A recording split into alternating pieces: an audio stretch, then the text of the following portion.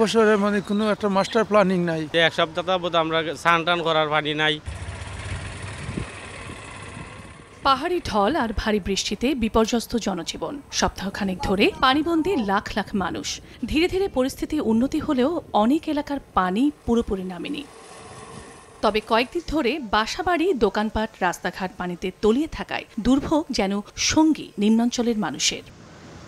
এবারের ভারী বর্ষণ আর পাহাড়ি ঢলে সিলেটের ৭ উপজেলার ৩ লাখের বেশি মানুষ পানিবন্দী হয়ে পড়েন। সুরমা কুশিয়ারার উপচে পড়া পানির তোড়ে বাঁধ ভেঙে নিমজ্জিত হয় শহর। হাজার কোটি টাকার বাঁধ ভেঙে যাওয়ায় ক্ষোভ ছাড়েন বাসিন্দারা। গত এক বছর আগে বন্যা যে পরিস্থিতি খারাপ হয়েছে, মানুষ গড়ে ধরে থাকতে পারছে না। হতে এবার উঠে যেতে মানুষের দাঁড়ার সম্ভাবনা নাই। বছরে মানে কোনো একটা মাস্টার প্ল্যানিং নাই।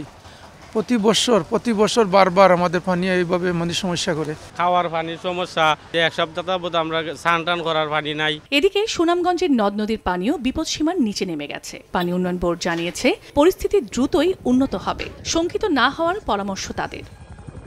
চন্দ্রা বিশ্বাস, ববি, সময় সংবাদ।